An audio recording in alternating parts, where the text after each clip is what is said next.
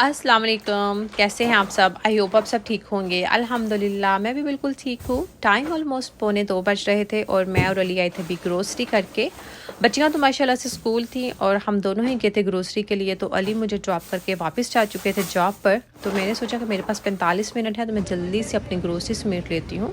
तो ये मैंने 1-2 क्लिप्स लिए थे ग्रोसरी करते वक़्त, जो मैं आप लोगों के साथ शेयर कर रही हूँ। तो ग्रोसरी तो हमने इसी स्टोर से की थी। पूरी मंथली ग्रोसरी में जब भी करती हूँ उसी स्टोर पर आती हूँ। बट आज इनके फ्रीज़र में मटर नहीं थे तो मैं फ़्रोज़न मटर लेकर आती हूँ। बाकी मैं फ़्रोज़न वेजिटेबल्स बाय नहीं करती। बीन्स एंड जो पीस हैं यही मैं फ़्रोज़न लेती हूँ। तो उसके लिए फिर हम लोग आ गए थे दूसरे स्टोर। ये दूसरे स्टोर से मुझे फ़्रोज़न वेजिटेबल्स मिल गई थी। इस स्टोर से अली को मीट भी बाय करना था, तो अली जब तक मीट वाले काउंटर पे थे तो मैंने सोचा मैं अपनी फ़्रोज़न वेजिटेबल्स बाय कर लेती हूँ। तो इस तरह से आज हमारी देसी ग्रोसरी जो हम मंथली करते हैं वो 2 स्टोर से हमने कंप्लीट की। और उसके बाद हम लोग आ गए थे कुछ खाने के लिए, बिकॉज़ अली ने नाश्ता नहीं किया था। तो मैं तो नाश्ता कर चुकी थी ऑलरेडी और मुझे बिल्कुल भी भूख नहीं थी। तो अगर मैं कुछ ना खाऊँ तो फिर अली थोड़ा माइंड कर जाते हैं कि तुम कुछ खाती नहीं हो। तो मैंने उनको कंपनी देने के लिए आई थॉट कि चले मैं भी कुछ खा लेती हूँ। तो मैंने फिर समोसा चाट अपने लिए ऑर्डर की थी। तो ये मैं आपको रेस्टोरेंट दिखा रही हूँ। ये मुझे जब भी मैं यहाँ पर आती हूँ मुझे याद आ जाता है कि फ़र्स्ट टाइम जब मैंने अली के साथ डाइनिंग आउट किया था तो हमने यहाँ पर बैठ के खाना खाया था। काबली पुलाव, जो अफ़गानी पुलाव है बेसिकली फुल रान के साथ। अली ने मुझे फ़र्स्ट टाइम यहाँ से खिलाया था और वो बहुत टेस्टी है यहाँ पर। तो हमने डिनर किया था फ़र्स्ट टाइम यहाँ से। और यहाँ पे आपको हर किस्म की पाकिस्तानी और इंडियन चाट और मिठाइयाँ मिल जाती हैं। एनीहो हम लोग आ गए थे उसके बाद घर वापस, जो कि मैं ऑलरेडी आप लोगों के साथ क्लिप शेयर कर चुकी हूँ कि मैं सारी वेजिटेबल्स लेकर आई थी। और वेजिटेबल्स क्योंकि मैं लाइक वंस अ मंथ या आफ्टर लाइक 1.5 से 2 माह बाद जाती हूँ इंडियन स्टोर पे, तो सारी वेजिटेबल्स वगैरह बाय करके ले आती हूँ। तो मैं किस तरह से सेव करती हूँ, बिकॉज़ मैं फ़्रोज़न वेजिटेबल्स बाय नहीं करती, बिकॉज़ जब फ़्रोज़न वेजिटेबल्स आप बाय करते हैं तो उनमें प्रिजर्वेटिव्स वगैरह भी होते हैं। तो मैं इसलिए फ़्रेश वेजिटेबल्स ही बाय करना प्रेफ़र करती हूँ। तो आगे आप लोग देखेंगे कि मैं लंबे अभी तो मेरे शॉर्ट बाल हैं क्योंकि ये भी कल का व्लॉग है। कल हम लोग गए थे ग्रोसरी के लिए, तो आप देखेंगे कि रानी के लंबे बाल वाली वीडियो आ गई है। तो माइंड थोड़ा-सा कन्फ्यूज़ मत होइएगा ये वाली, क्योंकि ये लास्ट टाइम जब 1 माह पहले मैंने ग्रोसरी की थी, तो ये तब की वीडियो है। इसमें बहुत सारी आपको टिप्स एंड ट्रिक्स मिलेंगे कि मैं किस तरह अपने फ्रूट्स एंड वेजिटेबल्स को सेव करती हूँ। तो पहले और अपने फ्रिज को डीप क्लीन करती हूँ, बिकॉज़ जो 2 डोर फ्रिज है उसको ऑर्गेनाइज़ करना बहुत आसान है, लेकिन जो स्मॉल फ्रिज मेरे पास है इसको ऑर्गेनाइज़ करना बहुत मुश्किल है। तो मैंने सोचा कि अभी मैं दोबारा से ये शूट करूँ, 2 से 3 घंटे लग जाते हैं मुझे अपनी फ्रिज को क्लीन करना और हर चीज़ ऑर्गेनाइज़ करना, फिर वेजिटेबल्स को कट करना। तो ये मैंने लास्ट मंथ शूट किया था, लेकिन मैं एडिट नहीं कर पाई, बहुत बिज़ी थी बच्चों के साथ। तो मैंने सोचा कि अभी तो मैंने आपको वेजिटेबल्स दिखा चुकी हूँ। तो उन वेजिटेबल्स के साथ वही प्रोसीजर मैं दोबारा से करने वाली हूँ। तो मुझे शूट ना करना पड़े इसलिए मैं पुराना शूट आप लोगों के साथ शेयर कर रही हूँ। लेकिन जो भी मैं वेजिटेबल्स लेकर आई हूँ ये अभी 1-2 दिन में सेम इसी तरह से मैं सारी फ्रिज को डीप क्लीन करती हूँ, अपने फ्रूट्स एंड वेजिटेबल्स को ऐसे ही करती हूँ। स्ट्रॉबेरी मैं थोड़ी-सी फ्रीज़ कर देती हूँ। जब भी आपको स्मूदीज़ बनानी होती हैं तो फ्रोज़न स्ट्रॉबेरीज़ से बहुत अच्छी स्मूदी बनती है। और जब भी मैं लाइक कोई भी फ्रूट्स एंड वेजिटेबल को स्टॉक करती हूँ, चाहे वो फ्रिज में रखूँ, चाहे फ्रीज़र में रखूँ, तो मेक श्योर करती हूँ कि उसमें कोई भी मॉइस्चर ना हो। तो मैंने स्ट्रॉबेरीज़ का भी सारा मॉइस्चर निकाल दिया था। और ये मैं किचन टॉवल नए लेकर आई थी बंडल, तो किचन टॉवल बहुत अच्छे रहते हैं। और अभी मैं अपनी फ्रिज को डीप क्लीन यहाँ पे कर चुकी थी, जो कि मैंने ऐड नहीं किया बिकॉज़ अदरवाइज़ वीडियो बहुत लंबी हो जाती है। तो विनेगर और गर्म पानी के साथ मैं हमेशा वाइप करती हूँ। जब भी जो वाइप होता है ना टॉवल, उसको उसको विनेगर में भी डिप करती हूँ, तो वो बहुत अच्छी एक तो स्मेल आती है आपकी फ्रिज से, और जितने भी बैक्टीरियाज़ होते हैं वो भी ख़त्म हो जाते हैं और स्मेल नहीं आती आपकी फ्रिज से। और फ्रिज को डीप क्लीन करने के बाद और मैंने सारे फ्रूट्स वगैरह एक कंटेनर में डाल दिए थे। और अभी आ गई थी वेजिटेबल्स की बारी। तो वेजिटेबल्स में जैसे कि ग्रीन चिलीज़ हैं, ये 2 किस्म की होती हैं। तो ग्रीन चिलीज़ को मैं वॉश नहीं करती क्योंकि इनको मैं रखने वाली हूँ फ्रीज़र में। तो इनका मैंने सारा मॉइस्चर निकाल दिया था। स्टेप्स मैंने कट कर दी हैं, लेकिन मैं जितने भी वेजिटेबल्स होती हैं उनको वाइप करके किचन टॉवल पेपर से अच्छे से वाइप करके, जैसे कि मैं भी आपको दिखा रही हूँ कि ज़ुकीनी, और आगे आप देखेंगे कि मैं ब्रिंजल्स यानी कि बैंगन्स को वाइप करके रख रही हूँ। इसी तरह से मैंने ग्रीन चिलीज़ को भी वाइप किया है अच्छे से, ताकि उनका सारा मॉइस्चर निकल जाए और उनको एक ज़िप लॉक बैग में डालकर सारी हवा निकाल के बैग की और फिर मैं इनको फ्रीज़र में रख दूँगी बिकॉज़ वेजिटेबल्स है ना नीचे बहुत जल्दी ख़राब हो जाती हैं और ग्रीन चिलीज़ इतनी जल्दी ख़राब हो जाती हैं ना, अगर एक से 2 ग्रीन चिलीज़ ख़राब हो गई हैं ना, तो इसका मतलब है कि आपकी बाकी भी सारी green chillies with in few days सारी ख़राब हो जाएँगी। तो जब आप उनको उनका मॉइस्चर निकाल के फ्रीज़र में रखते हैं ना, तो लिटरली 2 से 3 महीने में बिल्कुल फ्रेश रहती हैं और मैं फ्रीज़र से निकालती हूँ और यूज़ कर लेती हूँ। एनी हो जो फ्रीज़र में जाने वाली वेजिटेबल्स हैं मुझे कट करने वाली हैं, मैं अभी वो निकाल रही हूँ। नीचे फ्रिज में जो फ्रेश वेजिटेबल्स मुझे यूज़ करनी थी वो तो मैंने वाइप करके रख दी थी अच्छे से। अब बारी है उन तमाम वेजिटेबल्स की जिनको मुझे कट करना है या चॉप करके फ्रीज़ करना है। तो सबसे पहला स्टेप होता है वॉश करना। तो मैंने भी सारी बेल पेपर्स एंड कैप्सिकम को अच्छे से वॉश किया और उसके बाद मेक श्योर करूँगी कि सारा मॉइस्चर ख़त्म कर दूँ। सो मैं आप किचन टॉवल पेपर यूज़ करें या किचन टॉवल यूज़ करें, लेकिन क्लीन होना चाहिए किचन टॉवल। सारा वाटर रिमूव करें, अच्छे से वाइप करें, मेक श्योर करें कि बिल्कुल भी मॉइस्चर ना हो बिकॉज़ वेजिटेबल्स का अपना भी मॉइस्चर होता है, तो उसके ऊपर एक्स्ट्रा पानी नहीं होना चाहिए। तो सबसे पहला स्टेप होता है तमाम कैप्सिकम और बेल पेपर से के सीड निकालना। तो ये बहुत ही ईज़ी रहता है। उसके बाद इनकी कटिंग करना। तो इनको मैं 3 फॉर्म में कट करूँगी। एक तो बिल्कुल लाइक क्यूब्स की फॉर्म में कट करूँगी ताकि मुझे अगर मंचूरियन बनाना हो तो क्यूब्स की फॉर्म में कट करूँगी। एक मैं जूलियन कटिंग की फॉर्म में कट करूँगी, हाफ़ क्वांटिटी। ये मैंने क्यूब्स कर लिए हैं। 1 बेल पेपर 2 बेल पेपर्स और 2 कैप्सिकम को मैंने चॉप कर लिया था क्यूब्स की फॉर्म में। 2 बेल पेपर्स और 2 कैप्सिकम को मैंने जूलियन कटिंग कर लिया था और 1 बेल पेपर और 1 कैप्सिकम को मैं आमलेट के लिए बिल्कुल ही फाइनली चॉप कर लेती हूँ। तो इस तरह से 3 से 4 पैकेट बन जाते हैं डिफरेंट रेसिपीज़ के लिए। मैं जब भी वेजिटेबल्स को कट करती हूँ तो मेरे माइंड में होता है कि मुझे कौन सी रेसिपी बनानी है। तो पम्पकिन को हमेशा मैं श्रेड करती हूँ। जैसा कि आपने देखा ये पैकेट ऑलरेडी मैंने फ्रीज़र से निकाला था, जो कि पम्पकिन मैंने श्रेड करके कुछ दिन पहले ही फ्रीज़ किया था। तो अभी मेरे पास फ्रेश पम्पकिन का छोटा सा पीस था, तो मैंने उसको जल्दी से बस कटिंग करके और एक ही पैकेट बना दिया है। तो लौकी मैंने इसलिए चॉप करके फ्रीज़ कर रही हूँ बिकॉज़ मुझे ये दाल में डालनी है। दाल लौकी की बहुत अच्छी बनती है सब्ज़ी, चावलों के साथ बहुत मज़ा आता है लाइक दाल कद्दू या दाल लौकी खाने का। तो अगर मुझे लौकी की सब्ज़ी फ्रेश बनानी हो तो फिर मैं इसको कट करके फ्रीज़ नहीं करूँगी बिकॉज़ सब्ज़ी बनाने के लिए फिर आपको टेक्सचर फ्रोज़न लौकी का टेक्सचर और उसका जो शक्ल है वो इतनी अच्छी नहीं रहती, कलर भी थोड़ा-सा चेंज हो जाता है। लेकिन अगर मुझे दाल में डाली हो तो फिर मैं फ्रीज़ कर लेती हूँ।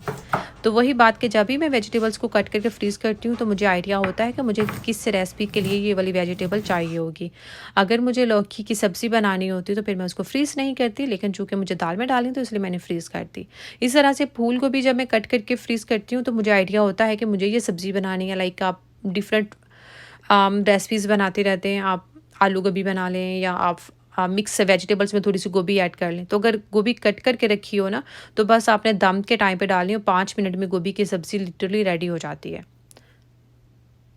तो फ्रोज़न गोभी जब भी आप बनाएँ तो उसको 5 से 10 मिनट के लिए दम पे रख दें। लिटरली खिली-खिली बनती है और बहुत मज़े की बनती है और टाइम जो कटिंग का ना, वो बहुत ज़्यादा सेव हो जाता है।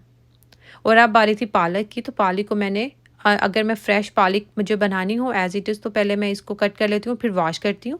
लेकिन चूँकि अभी मुझे पालक फ्रीज़ करनी थी, तो इसलिए मैंने पहले वॉश किया अच्छे से, 5 से 6 दफ़ा अच्छे से पानी से वॉश किया पूरी पालक को और उसके बाद मैं इसकी कटिंग करूँगी। और पालक को भी जब मैंने वॉश किया था, तो मैंने उसका मॉइस्चर निकालने के लिए उसको वाइप किया था। तो वो स्टेप्स वो सारे वेजिटेबल्स के मैं आपको बार-बार नहीं दिखा रही वाइप करने वाले, लेकिन आप ये मेक श्योर कीजिएगा कि मैंने जितनी भी वेजिटेबल्स ये फ्रीज़ कर रही हूँ, इन सब को मैं वाइप कर रही हूँ। पालक को भी मैंने पहले पूरी द होल लीव्स जो पालक है उनको वॉश करके पहले कटिंग से वाइप किया था।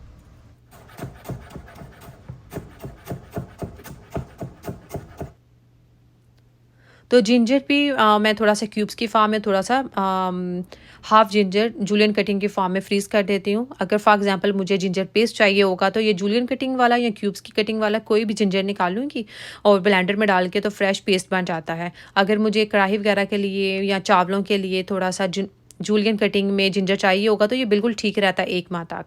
अदरवाइज़ अगर आपको पेस्ट बनाना है तो मैं क्यूब्स की फॉर्म में छोटा-छोटा करके फ्रीज़ कर लेती हूँ। लिटरली जब आपको फ्रेश जिंजर गार्लिक पेस्ट बनाना हो ना तो बहुत ही आसानी रहती है, अदरवाइज़ बहुत टाइम लग जाता है। तो इस तरह से बहुत सारा मेरा किचन में टाइम सेव हो जाता है जब आपने वेजिटेबल्स को अच्छे से ऑर्गेनाइज़ तरीके से कट करके रखा हो। तो अब मैं दिखाती हूँ, आप देख सकते हैं कि मेरे पास जितनी भी वेजिटेबल्स थी जिनको मुझे करना था, जिसमें कैप्सिकम्स के 3-4 पैकेट हैं, उसमें पम्पकिन है, और भी गोभी, पालक, ये सारी वेजिटेबल्स मैंने कट करके रखी थी। और मैं आगे आपको वो भी वेजिटेबल्स दिखाऊंगी जो कुछ मैं फ्रोज़न वेजिटेबल्स स्टोर से बाय करती हूँ और कुछ वेजिटेबल्स जो ऑलरेडी मेरे पास फ्रीज़ थी, जैसे कि ये बेल पेपर्स एंड कैप्सिकम कुछ लेफ्ट ओवर लास्ट मंथ के, तो वो मेरे पास फ्रोज़न ऑलरेडी पड़े हुए थे। यहाँ पर ये बेबी कैरेट्स मुझे अभी नहीं चाहिए थी, बच्चे नहीं खा रहे थे, तो मैंने इनको भी फ्रीज़ कर दूँगी, ये बाद में मैं यूज़ कर लूँगी, अदरवाइज़ नीचे अब इनकी शेल्फ लाइफ ख़त्म ऑलमोस्ट होने वाली थी। तो इस तरह से ये वाली वो तमाम वेजिटेबल्स है जो मैंने खुद कट करके चॉप करके फ्रीज़ करने वाली हूँ। और यहाँ पर दूसरी साइड पे आपको नज़र आ रही होंगी कुछ फ्रोज़न आइटम्स जो कि हम बाय करते हैं, जिसमें मटर तो मैं लाजमी बाय करती हूँ, वो मैं फ्रेश नहीं लेकर आती बिकॉज़ इतना मेरे पास टाइम नहीं होता। इसमें सब्ज़ चने थे, ये पुलाव बहुत मज़े का बनता है। तो अभी आप लोग देखेंगे ऊपर कि ग्रीन अनियन भी मैं 2 तरीके से कट करती हूँ। जब आप ग्रीन अनियन का कुछ पार्ट, आप जो वाइट पार्ट है उसको मैं अलहदा चॉप करके फ्रीज़ करती हूँ, और जो ग्रीन पार्ट है उसे अलहदा चॉप करके, बिकॉज़ ग्रीन पार्ट को हम अलहदा से इस्तेमाल करते हैं और वाइट पार्ट को आपको पहले कुक करना पड़ता है, लेकिन ग्रीन पार्ट मोस्टली आप गार्निशिंग के लिए यूज़ करते हैं। तो ये था ग्रीन अनियन, जिसका ये वाइट पार्ट अलहदा से मैंने चॉप करके फ्रीज़ किया हुआ है। बहुत ईज़ी रहती है जब आपको चाइनीज़ राइस वगैरह बनाने हो या कुछ भी बनाना हो। और ये देखिए, ये उसका जो ग्रीन पार्ट है इसको मैंने अलहदा से किया हुआ था। लाइक ग्रीन अनियन को भी मैंने 2 तरीके से चॉप करके सेपरेटली किया हुआ है। ये लास्ट लाइक कुछ दिन पहले मैंने किया था, तो ये उसके लेफ्ट ओवर यहाँ पे पीसेस थे। ये स्ट्रॉबेरीज जो फ्रोज़न थी, ये देखिए मैंने लेमन, जब मुझे लगता है कि अब उनकी शेल्फ लाइफ खत्म होने वाली है, लेमन ख़राब होने वाले हैं, तो उनको भी मैं कट करके फ्रीज़ कर लेती हूँ। जब जूस निकालना होता है ना तो सिर्फ माइक्रोवेव में रखती हूँ, और लेमन का कैसे जूस निकालती हूँ ये आप लोग कभी देखेंगे, मैं दिखाऊंगी। तो इसी तरह से जो कीमा है उसको भी बिल्कुल फ्लैट पोजीशन पे मैं हमेशा पैकेट्स बनाती हूँ।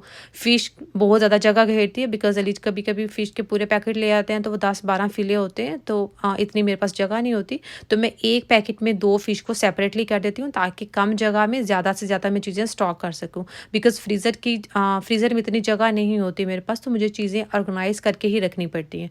तो अभी आपने देखा कि फ़िश को भी मैंने एक पैकेट में 2-2 फ़िले हैं। इसी तरह से ये होल फ़िश है जो कि अक्सर आपने देखा भी होगा, मैंने रेसिपीज़ भी आप लोगों के साथ शेयर की हैं। ये एक पैकेट में 2 होल फ़िश, इस तरह से मैं सेपरेटली इनको पैक करके रखती हूँ कि मुझे जब निकालनी होती है, मुझे एक फ़िले निकालना है या एक फ़िश निकालनी है, तो वो बहुत ईज़ी रहता है मेरे लिए बिकॉज़ वो आपस में जुड़े हुए नहीं होते।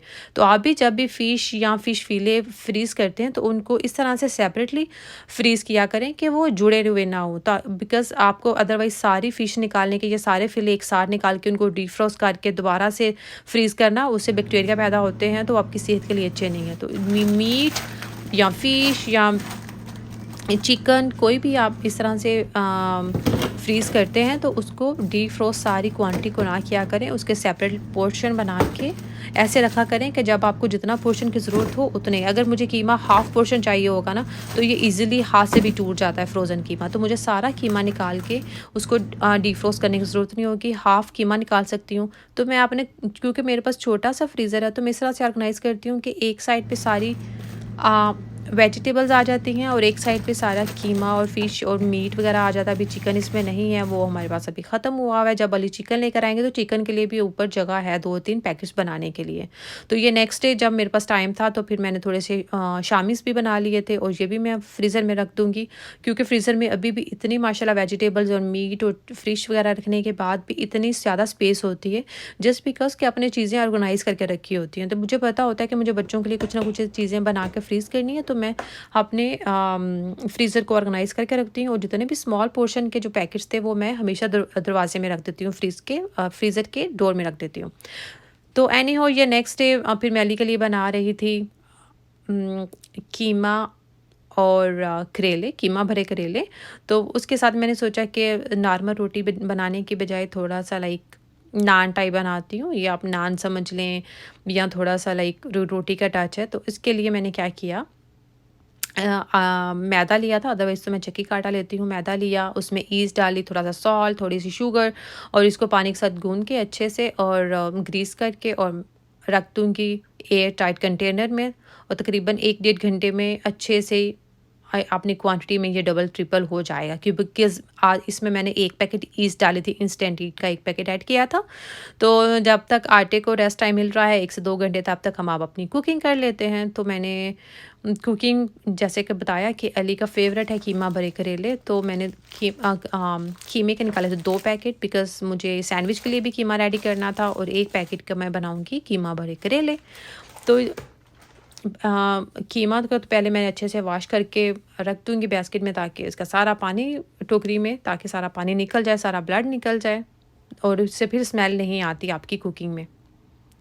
और जब भी मैं करेले कट करती हूँ तो मुझे मामा की टिप याद आ जाती है बिकॉज़ मामा एक तो धागा नहीं लपेटती थी, तो वो क्या करती थी हाफ़ कट लगाते हैं।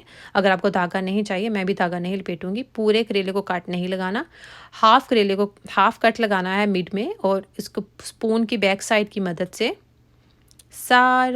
सारे सीड्स अगर आपको नहीं पसंद, जैसे कि मुझे भी सीड्स नहीं पसंद, तो सारे सीड्स निकाल दिए। और यहाँ पर कीमे में भरने के लिए जो कीमा है वो पहले मैं करेले में जो भरने के लिए कीमा है वो पहले रेडी कर रही हूँ। तो थोड़ी सी ग्रीन चिलीज भी ऐड की हैं, थोड़ा सा स्पाइसी चटपटा सा मैं कीमा भरे करेले बनाऊँगी। थोड़ा सा अनियन डाला था फ्लेवर्स के लिए। आप कोई भी फ्लेवर्स जो आपको पसंद है, हर फैमिली के ना अपने अपने फ्लेवर्स होते हैं। हर किसी को हर किस्म के खाने में डिफरेंट टेक्सचर चाहिए होता है, डिफरेंट फ्लेवर्स चाहिए होते हैं। तो मैं उस तरह से कुकिंग करती हूँ जैसे मुझे खाना पसंद है और जैसे अब अली को पसंद है, तो मैं उसी तरह से बनाती हूँ। और कीमा और करेले और उसमें धनिया और ज़ीरे का तड़का ना हो, मतलब कि धनिया और ज़ीरा ना हो भर भर के डाला हुआ, तो मज़ा नहीं आता। तो इसलिए मैंने फ्रेश ही ज़ीरा और धनिया एक साथ ही पीस लिया था टाइम सेव करने के लिए। तो बेसिक से मसाले और धनिया और ज़ीरे के साथ मैंने कीमे को अच्छे से बनाई कर ली। टमाटर वगैरह ऐड नहीं करूँगी बिकॉज़ टमाटर तो पानी छोड़ते हैं, वो हम टमाटर बाद में ऐड करेंगे जब हम कीमा बनाएंगे मसाला। लेकिन अभी ये भरने के लिए कीमा मैं बना रही हूँ, तो इसमें मैंने जस्ट थोड़ा सा प्याज और ग्रीन चिलीज़ और बेसिक मसाले डाल के अच्छे से फ्लेवर्स के साथ और ये कीमा रेडी कर लिया था।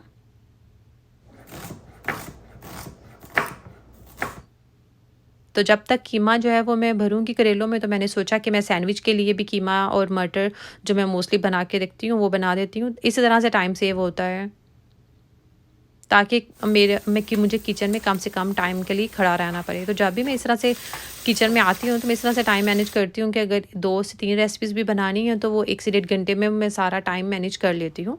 तो अभी मैंने कीमा और मटर तो चढ़ा दिए थे सैंडविच के लिए, तो अब मैं स्पून से करेलों में कीमा भरूँगी। तो अच्छी खासी क्वांटिटी में मैं कीमा ऐड करती हूँ, लाइक 2 स्पून ईच करेला मैं ऐड करती हूँ कीमा, ताकि जब आप करेला खाएं तो फिर आप उसको करेला भी इंजॉय करें और साथ साथ कीमे के भी फुल फ्लेवर्स आपको इंजॉय करने हो उस टाइम पे। बहुत मज़ा आता है। और मैंने जब भी मैं कीमा करेले बनाती हूँ या मसाले भरा करेले बनाती हूँ तो मुझे मामा की ज़रूर याद आती हैं बिकॉज़ ये मामा की टिप थी। बिकॉज़ हमारे घर में धागा नहीं मामा लपेटती, तो मैं कहती मामा सब लोग धागा लपेट के करेले बनाते हैं, आप धागा क्यों नहीं लपेटती? तो मामा कहती मुझे अच्छा नहीं लगता धागा ऐसे दे के करेले के ऊपर लिपटा हुआ। तो उसके लिए उन्होंने बोला, मैंने कहा मामा फिर मसाला नहीं निकलेगा? उन्होंने बोला नहीं, आपने हमेशा लो फ्लेम पे करेले को छोड़ देना है। जब एक साइड डन हो जाए, आपको जितनी भी चाहिए साइड का कलर, जब वो डन हो जाए फिर आप उसकी साइड एहतियात से चेंज करेंगे तो वो नहीं निकलेगा। तो ये देखें, मुझे बहुत ज़्यादा काले करेले नहीं करने थे, मुझे बस हल्के से ब्राउन कलर आ गया तो मैंने उनकी साइड चेंज कर दी। बिल्कुल भी आप देख सकते हैं कि मसाला नहीं निकला, हालांकि मैंने 2 चम्मच करेले भरे थे,